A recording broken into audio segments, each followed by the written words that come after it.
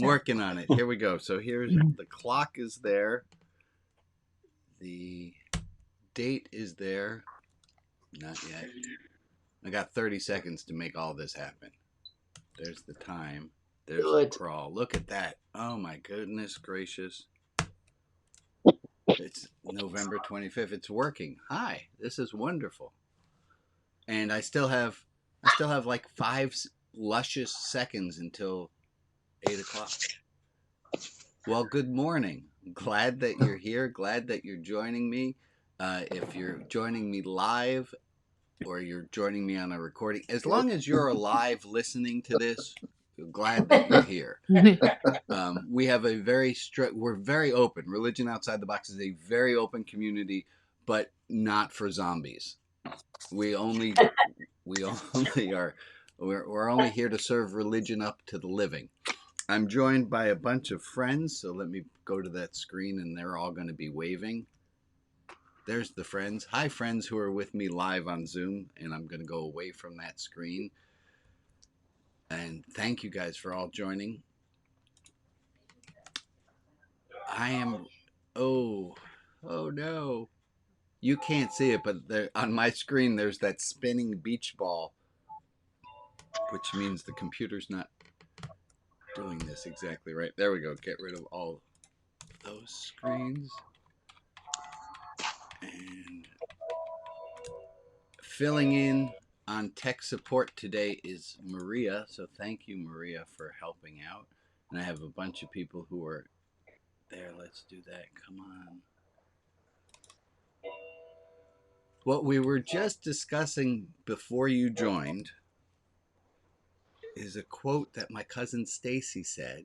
And my cousin Stacy said, she said, marriage is hard. And we added in hard work. Marriage is hard work. So why am I constantly surprised when it's difficult? We talked a little bit right before you showed up. We talked a little bit about other words that could go in this blank. Something is hard. We said communication with others is hard. So why am I constantly surprised when it's difficult? And I ask you, I feel like Mr. Rogers at this moment, which is a really good feeling. So I ask you, beloved friends, what word would you put here? Fluffy. What word would you put here? Blank is difficult. Blank is difficult work. Blank is hard work. So why are you surprised when it's difficult? Why are you surprised when it's hard? And what word would you think to put in this word? Do you have a word that comes to mind? Life. Life. Oh, what a perfect answer. Life is hard. Parenting. So why are we so surprised each and every why? And I'm actually not asking this rhetorically. I'm asking you to think for a moment. If we know that life is difficult, why do we get so caught off guard when life is difficult?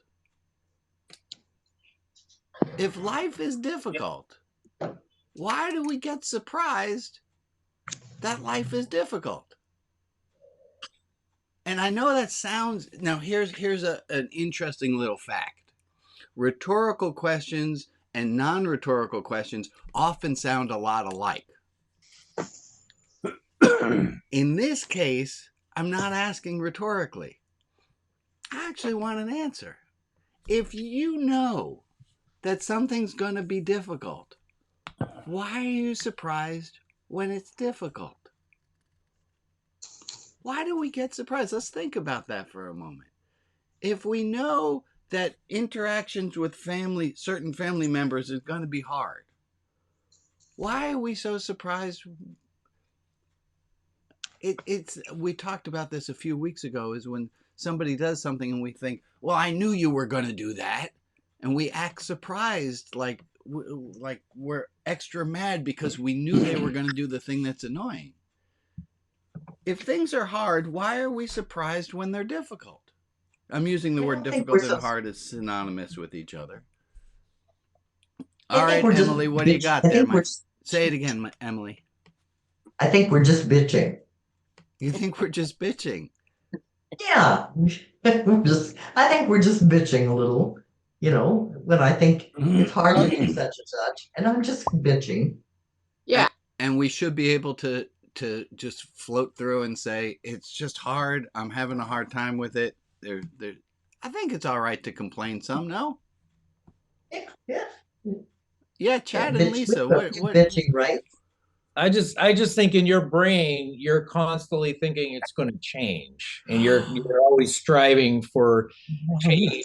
And I just think your brain automatically goes to that, like it's going to be different this time, and it's not. A little bit of hope that maybe things will be different. Yeah. So what's getting us in trouble? Uh-oh, this is going to be interesting.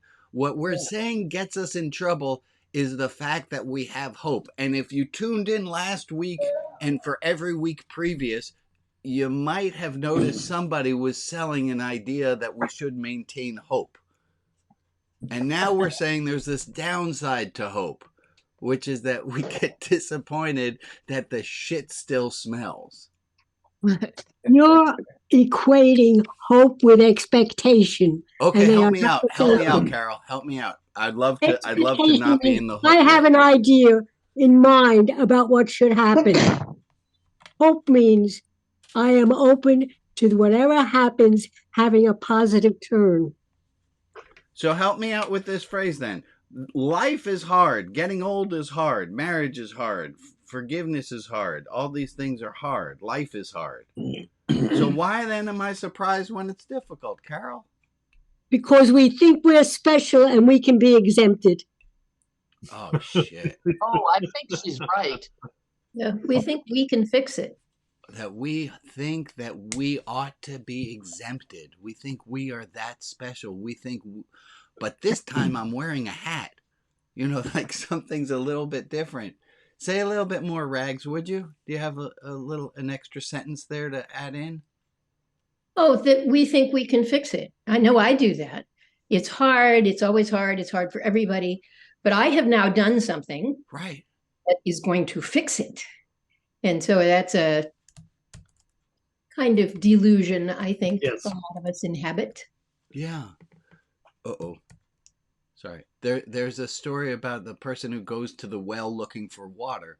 Goes to the well looking for water. There's no water. Goes to the well looking for water. There's no water. Goes to the well looking for water. But this time they're wearing a hat. Yeah. Yeah, well, that'll do it. And I didn't end the story, but they don't get water. Yes, surprise. But they are surprised. Yeah. Go ahead, Bob. Fix it. Yeah, what happens if the inverse, you think something's going to be hard and it turned out to be easy? Yeah. I know a lot of people who try to do exactly what you're saying, Bob, is that they take it to the next logical conclusion, which is if they're miserable all the time, they'll be delightfully surprised occasionally. And I have seen these people it doesn't seem to work. Ron, you got something to add there? Oh, nothing other than sometimes I seem to enjoy being miserable. Oh, can we all do a moment of horrible self-reflection? Sometimes I enjoy being miserable. There's a phrase in the Talmud, and then I'll get to Jeff. There's a phrase in the Talmud where one of the rabbis asks the other one, is your suffering that dear to you? Yeah. Ugh. Go ahead, Jeff. A couple of things. One of them is, expectations. We're talking about expectations. High expectations is low serenity. High expectations is low serenity. Hold on a second. We need a moment to just get that. If I have really high expectations, I'm going to have low serenity. Correct. Shit. That's like the second time I'm forced to curse in this service. Okay. The converse is true. The converse is low true. Expectations. Low expectations. Low expectations is high serenity. Is high serenity. Right. So if you were hoping that this service would help, That's on you.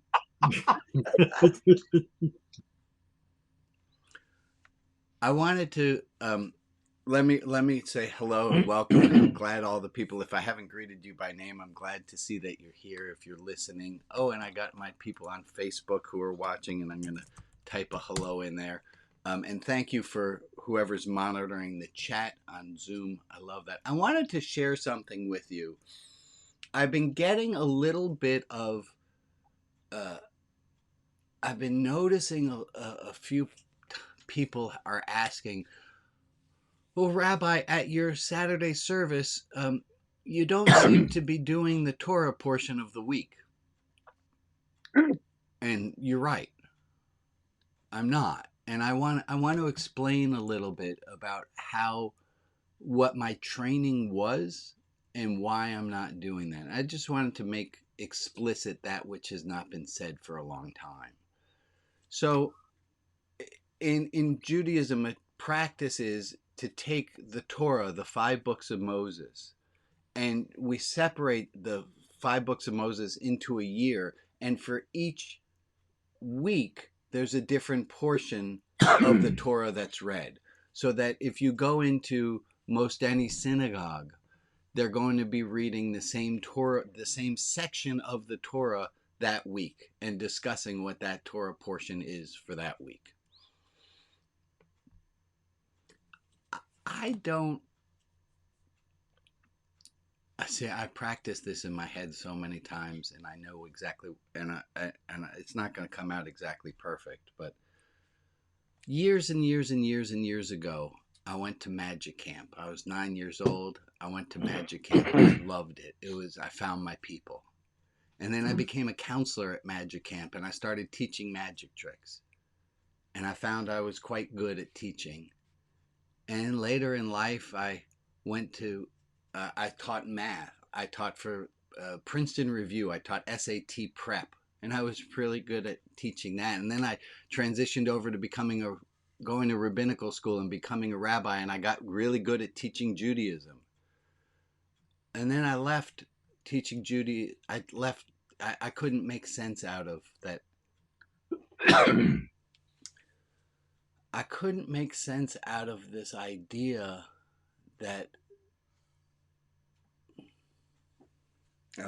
folks, Jane says this, is that sometimes you get really right next to something that's true and your brain just goes to amnesia. You ever have that? Oh, yeah. Where you're right up, and Jane and I will be talking, and we take it as a badge of honor at times. We say, I have no idea what the heck we're talking about right now. Apparently, we're right near the bone.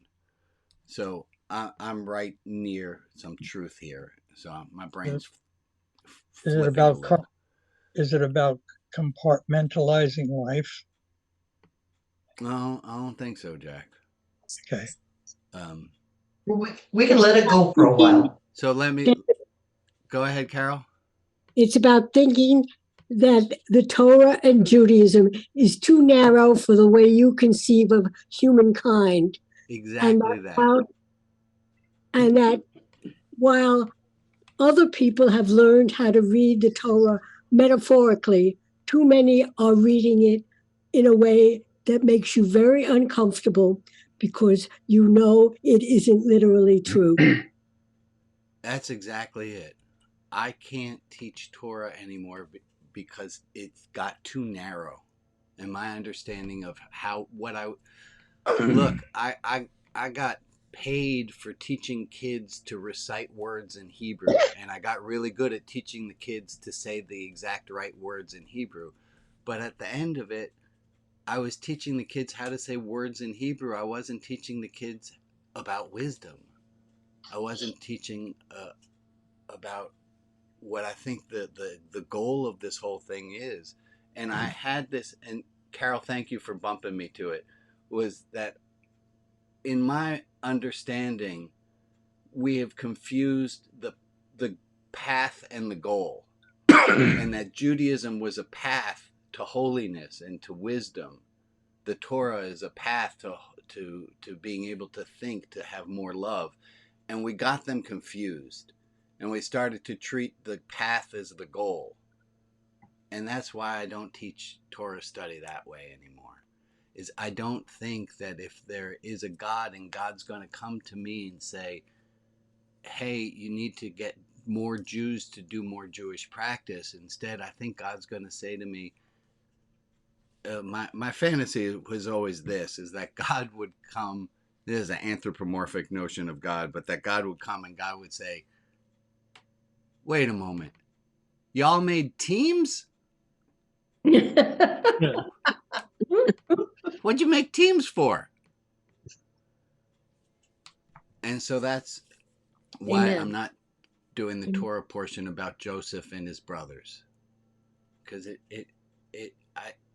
I don't see the wisdom there. I find much more. I find there's more wisdom that's within that we can play with. Okay, I'm gonna stop there for a moment. I'm gonna look at your little faces in each of the little boxes here. Hello, faces. Hi, Rita. Thanks Hi for there. waving. Good Can to I see you. say How one are you thing? feeling, Rita? I've had a really traumatic week.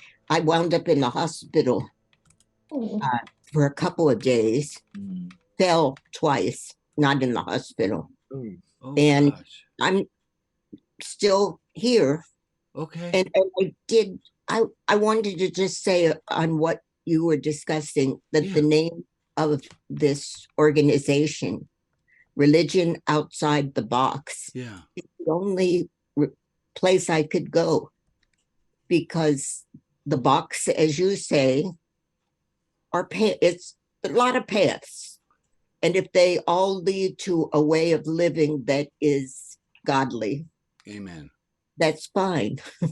But this one works best for me. My Buddhist teacher Nagi, he used to say about different religions, he said, same shit, different shovels. Okay, thank you, Rita. Thank you for the little shout out. I want to oh, there's so much to. I'm glad that you guys are all here. I want to ask you, do you have a moment? I don't know why I wrote that. Is there something that happened in the last week of which you're totally proud? Or is there something that happened in the last week? So last week's service, I asked you to imagine that you could have a moment to share a shared revelation, something that you know is true.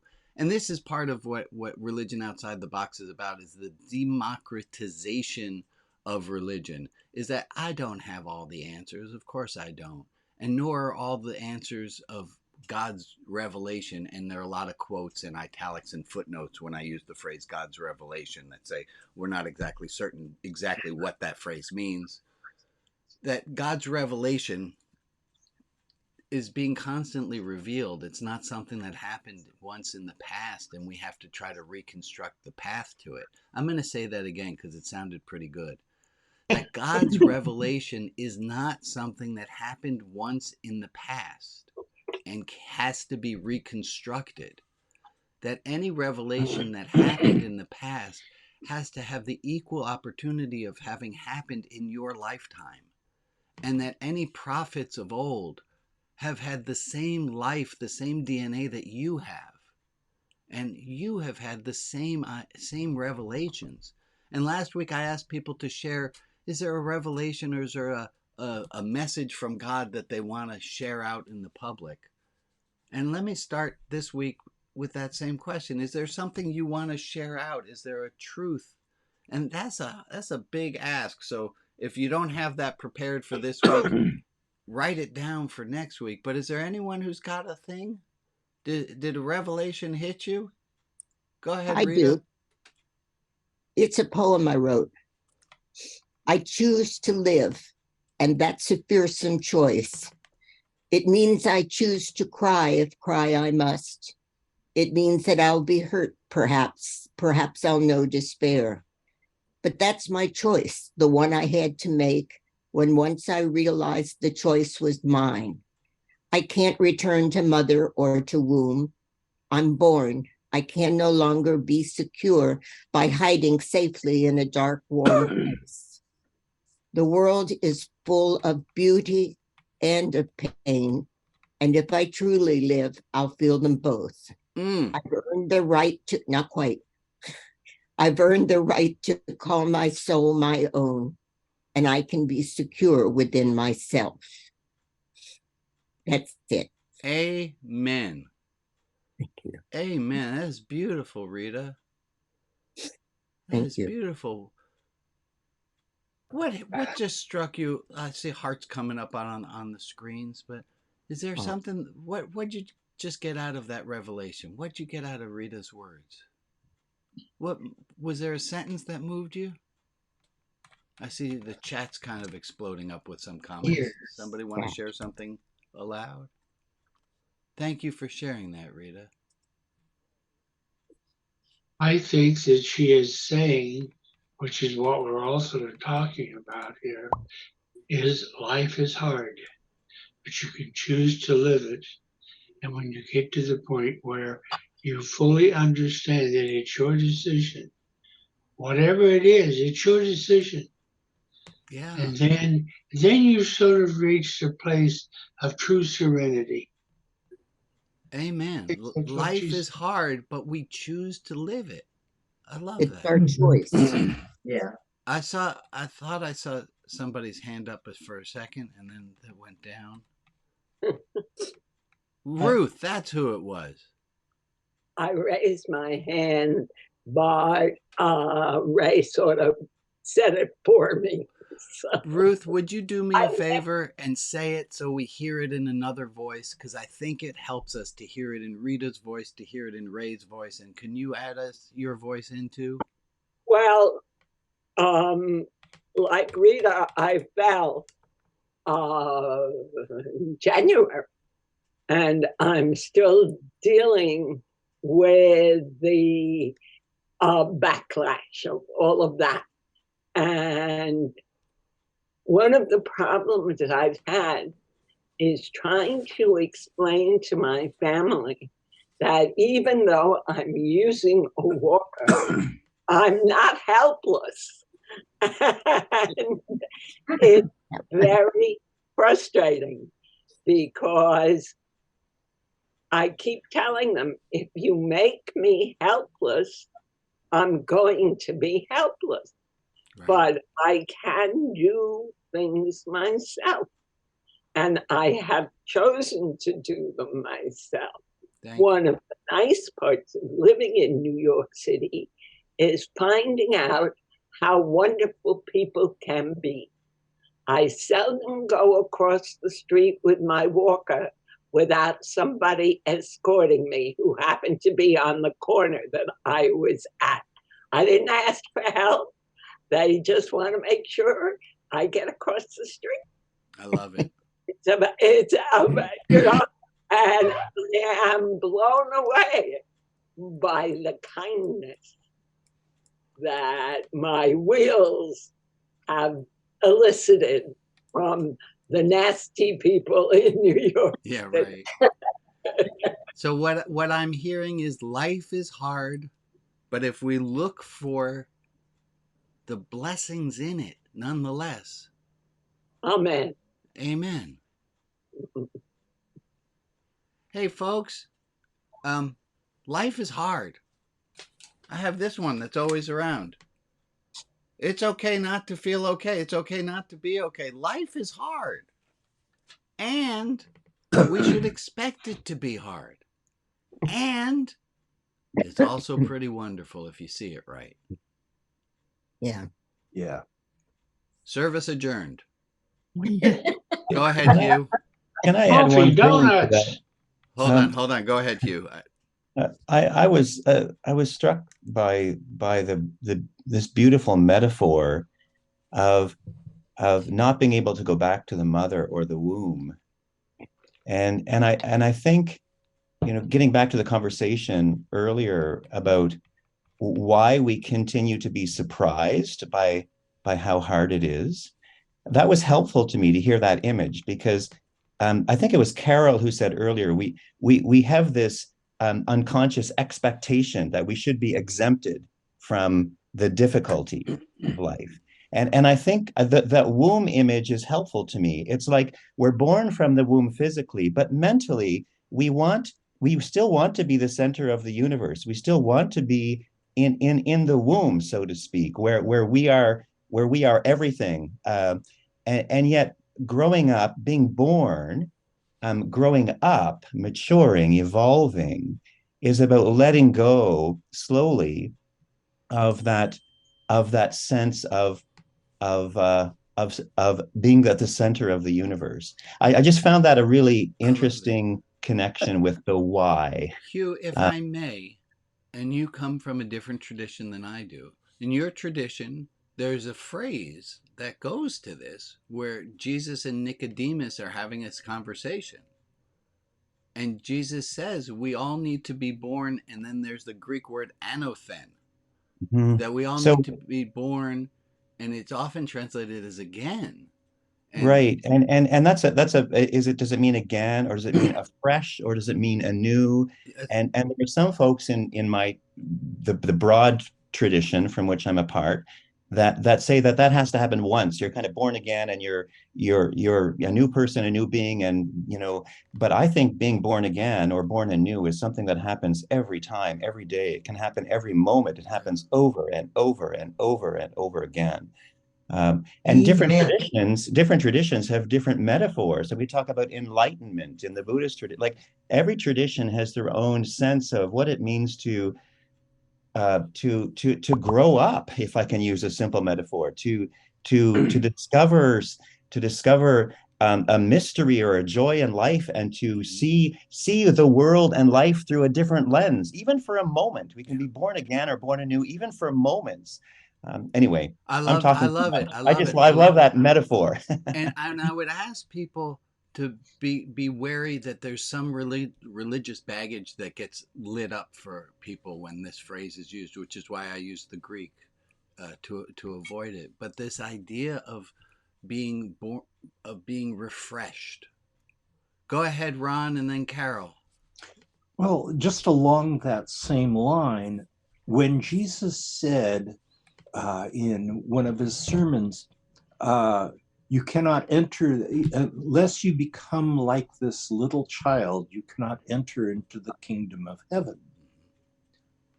That is not a one-time deal. That is the afresh. Having a childlike exuberance is something that is not a one-time. I'm speaking to a man wearing a rainbow tie-dye shirt about having childhood exuberance. I don't think much more needs to be said there. Go ahead, Carol. I love the phrase, God renews the work of creation every day, constantly. Yes. And if we take that seriously, every day we have a renewed experience of wonder. I mean, I had the greatest experience in my life was giving birth to my daughter. And now they visited me for Thanksgiving. And I saw that the experience had just grown. The love I felt at that moment now extended to everyone around me. The miracle is renewed when I see them, they're alive, they're thriving, they're caring. What more can you want? Amen. Amen. Beautiful. Beautiful. Go ahead, Aaron. I don't know who said this, but I heard someone talk about endarkment, the idea of growing down. I think James Hillman said it. I don't think he's the first person who said the idea of, we talk a lot about light. We don't talk about the opposite, dark, but it also has its own value of to just be in the moment and sort of feel being on the earth or whatever, or being dark. And so we talk a lot, at least in Western culture, about light being such a great thing. It's not always a great thing. I'm not saying it's a bad thing either. Just someone said it in a book. I just don't remember who about endarkment. Yeah, that we don't live just Hugh, I think I got the phrase from you. We don't live full solar spirituality. That it's not happiness, rainbows, sunshine all the time. That we live also with we have to embrace the dark along with the light. Of course. Rita. Well, thank you, first of all, for the nice things that were said in the chat. I appreciate that a lot. For me, the heart of that poem is also, it's my choice. Yes. Yes, thank you for We bringing that choose, back. and if we accept, makes life much easier. That's exactly, and I want us to do this. We're going to take a minute right now, and I'm going to ask everyone to take a minute to choose life. To choose to be in this struggle of how difficult life is. But oh my gosh, isn't it also so wonderful that we can be in the struggle? How blessed I am for all the little problems that I have. So I'm going to put a minute timer up, and let's take a minute of gratitude, or however you want to understand this minute. And I will hold on a second. Get this right. Where's my 1 minute timer? Oh. Folks, eventually, there it is. There's 1 minute. Let's take 1 minute of time starting now to just be in our being. Be here now.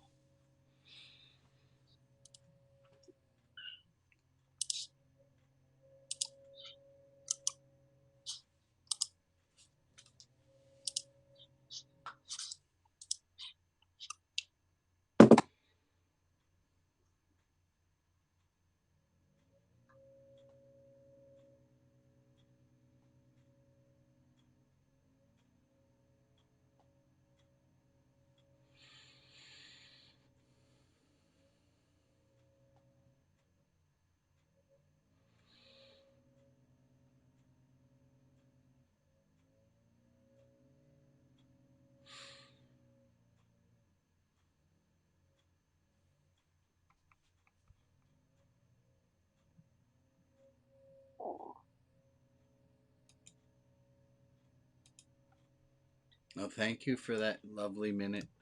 Thank you for that minute.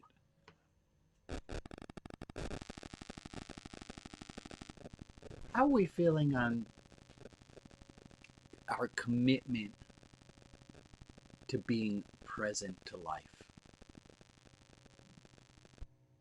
Let me see on hands on the screen, here to here. Where are you on feeling that it doesn't matter what happens today? I'm gonna embrace it all. I'm gonna choose, like Rita was saying. I'm gonna choose to take it all as is. And as Jeff was saying, that I'm gonna have low expectations, and I'm gonna have a great reward for that. Amen. Good. I did just see this scale, and I'm not sure if this is the right thing to share at a time like this, but it's on the 1 to 9 rubber duck scale. How are things going today? Quack, quack, quack, quack.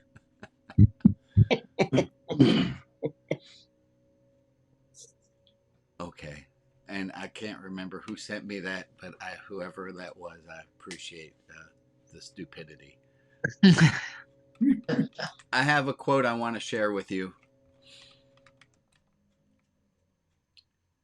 Well, first, let me tell you a story. Story takes place in my classroom in Los Angeles. And in my classroom in Los Angeles, I'm teaching at a charter school. And I'm in this we're in this building that was never meant to be a school. And I have a very, very large classroom, which has two halves to it. And there's the half we don't use, and there's the half where all the whiteboards are. And in the half that's not hardly used, there's a wall. And on the wall, I have affixed and taped all of these different UPS packing receipts. And there's just a wall filled with these packing receipts. And what are the packing receipts from? They're from this program called Donors Choose. As I was teaching at a public school, a charter school, I'm allowed to write away. And we're not going to discuss the difficulty of California educational system and the fact that teachers have to write grants to get classroom supplies. It was a shanda. But I wrote a grant to get classroom supplies, and the grant was through this organization called Donors Choose. And the grant I wrote, and it was hugely successful. It was very clever of how I wrote it. I wrote, "We make mistakes. Would you please buy us some erasers?" And I wrote in the description, I teach math. My students are afraid to make mistakes because they've all run their pencil erasers down to nubs. And I got boxes, and I mean boxes and boxes of erasers. And every time a package came in, I took the receipt and I taped it to the wall. And I just taped it to the wall, until the wall's filled with, I don't know, 15, 20 receipts from just different random people in the world. And I went over and I read the names of the people who donated to my students. And I said, I want you to understand that you are loved by people and you are believed in by people who you will never, ever meet. That each one of these pieces of paper represents that there is someone who believes in you, that there is someone out there in the world who knows that you're capable.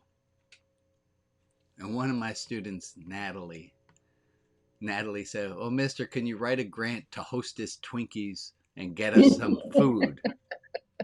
I said, no, you do that. Anyway, my point was that my students, I dare imagine, felt, even if just for a moment, and then the flame was extinguished again, but even just for a moment, they felt this idea and understood that they were cared for, that somebody out in the universe cares for them. And then the story continues. I get a voicemail on my school phone, which was bizarre. And the voicemail is from Kristen, who's a vice president of marketing at Hostess Brands. And she wants to know, am I the teacher who has a student named Natalie? I call her and I speak with her. And she says, we got a note from a student, and the note said, would you please send us some Twinkies? But more than Twinkies, what I'm really asking is there someone out there who cares? Oof. Ooh. And Kristen says that this letter went person to person throughout Hostess Brands until it landed on her desk. And she says, she said, we send coupons for Twinkies. We never actually send Twinkies. And we hardly ever send coupons for Twinkies. But she sent Twinkies. Oh. She sent a lot of Twinkies. And I gave them to Natalie. Natalie was queen of the school for the day. She was handing Twinkies out. You can see the Hallmark movie version of this, of her handing out Twinkies to every student in the entire school because somebody out there cared. I want to ask you to do the same thing right now. And it's what Hugh was talking about. It's what we're all been talking about. Is can you find within yourself, if only for a moment, the feeling that you are beloved? Can you remember that person in your life, and I know there was a person in your life, who made you feel like they believe in you and that they knew that you're worthy of love, that you are beloved? Can you take a moment and lean into that? And notice if it doesn't change the way that you are oriented to this world. It changed the way that you're oriented to today.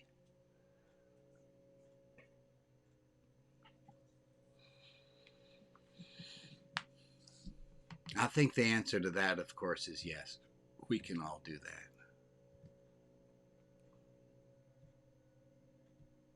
Spirit become alive. Say it again, Jack.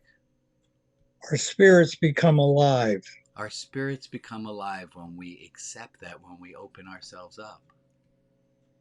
Yeah. Amen. Yeah.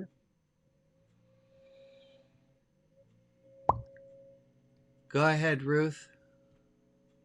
I worked as a meeting planner for the Council of Jewish Federations, which is over 200 federations, and my job was running the convention. I am profoundly hard of hearing.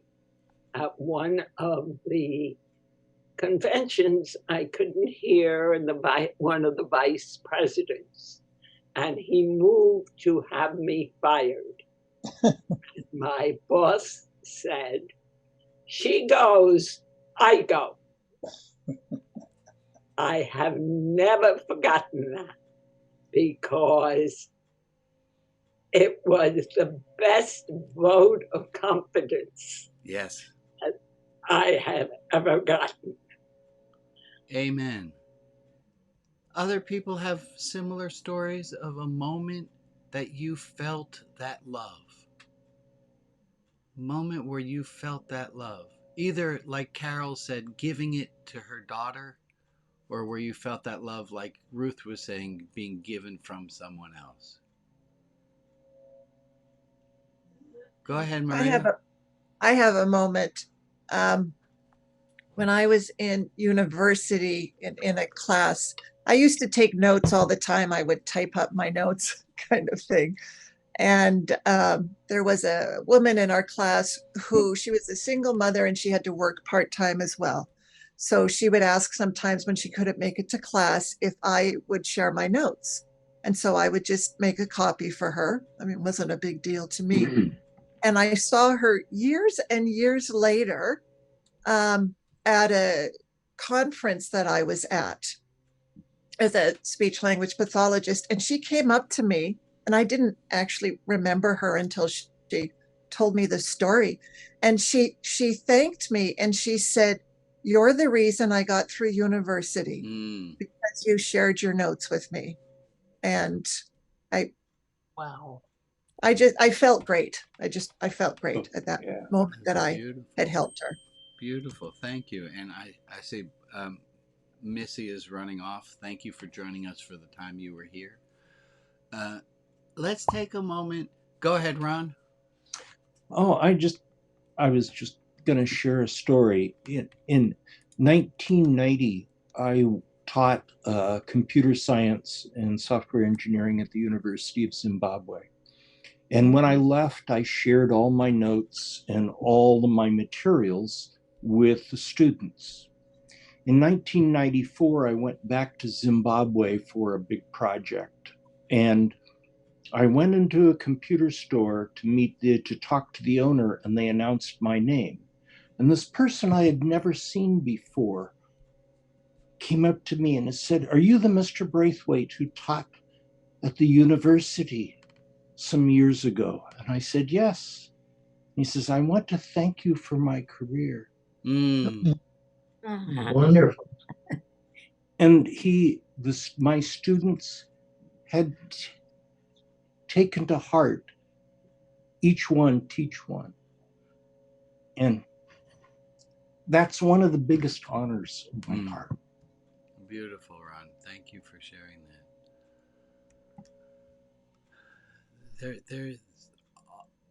I find it unfortunate that the half-life of belovedness is dreadfully short compared to the half-life of anger and the half-life of shame. Those seem to last much longer. And so we need to keep cultivating these moments of belovedness. We're going to turn our attention right now to beloving those who are in need of a little bit of extra prayers. Maria, you have our list, and thank you for running the tech today.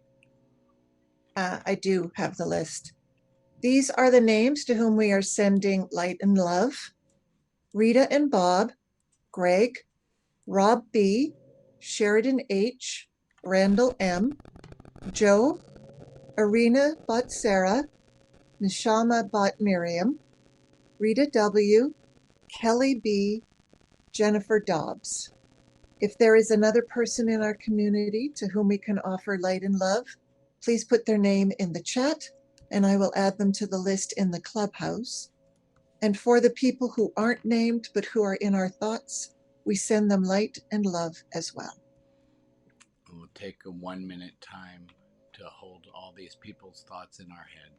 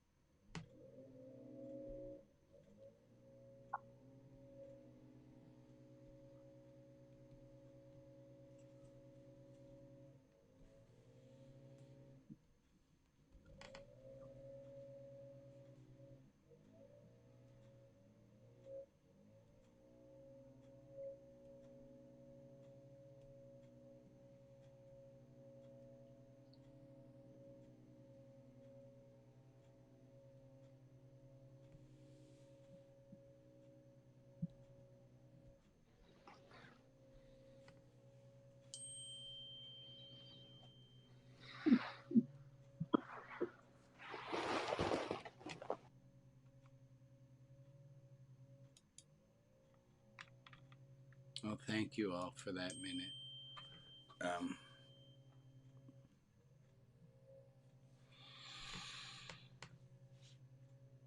I want to mention something that came up last week. I offhandedly said that when I broke you into small groups last week that we were going to intentionally put you in a group with the person who annoys you the most. And I did hear back that I did not succeed on that by many people. And I said, well, you didn't put me with that person. You put me with someone perfectly lovely. I want to... It gave me this thought to share, is that the people who annoy us the most, there's this great quote from H.G. Wells, and the quote says this: moral indignation is often jealousy with a halo. I'm going to say that again. It says moral indignation, when you get really upset, how dare they do this thing? Moral indignation, what's wrong with those people? Moral indignation is often jealousy with a halo. That the person who we get so indicted against, that maybe, just maybe, they allow themselves to do something that we wouldn't allow ourselves to do, and we are a little jealous of them. It's quite a thought. If you think of it as Venn diagram circles, it would look like this. Here's the circle of all the things that people do that totally annoy me. And here's a circle of all the things that I would hate to anyone think I do. Here's all the things that other people do that annoy me. Here are all the things that I would hate to think that anyone believes I am. And they kind of overlap by a lot. Moral indignation is often jealousy with a halo. The person who annoys you the most can often be our best teacher.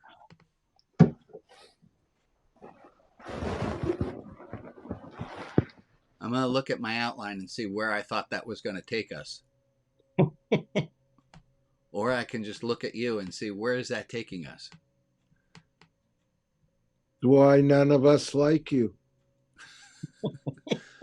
I'm going to look for the compliment somewhere deep in there. So that's a weird thing, though. That's a weird thing, because I know Rob, and I know his heart, and I know he wouldn't say anything to me that would be off-putting, but still, yet, nonetheless. Boy, words can be powerful and sting. You're welcome. Yeah. I could see it that way for Rob, is that Rob has the ability to just say what's on his mind. And I got some moral indignation of how dare he do that, but also some jealousy of, I wish I could do that. Go ahead, Michael. Our enemies are our best teachers. That idea came across my brain this week too. And it's not always people. It could be things inside of us, like depression or anxiety or delusions, things we hate about ourselves. Alcoholism. Be our best teachers. Yeah. Our best teachers. The person who annoys you the most might be your best teacher. There's a phrase in 12-step that says, you might not like all of us in the same way that we already love you. You might not love all of us, but you'll love us in a very special way, the same way we already love you. And that's true of the person who's annoying, is that they also love us, just in a very special way. That's hard to take in. And it circles back to what Rita was talking about, where we can enjoy the beauty of life and the hardship.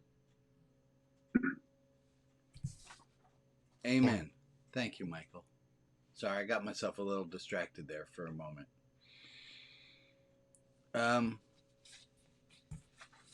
I wrote Faith Mute Mike. I don't know what that means. Oh, here, I got this one that I was going to show you. Where'd it go? There it is. This goes along with my announcement that it's okay to not feel okay. This beautiful little cartoon came across my desk. Here, you can borrow some of my belief in you until you can find yours again. Oh. I like that. Cute. Yeah. I don't know if it's symbolic that it's a unicorn, which are fictional, but I think it might be. Do unicorns believe that they exist? I don't know the answer to that. Okay. I'm going to do something I've never done before. I can't remember doing it in 182 of these services. I'm going to say, hey, folks, I'm going to say we're good enough for today. I've gone through my outlines. Let's go into small groups a moment early. Any objections to that? Fantastic. So in that case, I'm going to say, let's all wave to all the people who are at home. Say goodbye to all the people who are watching the recording as we transition.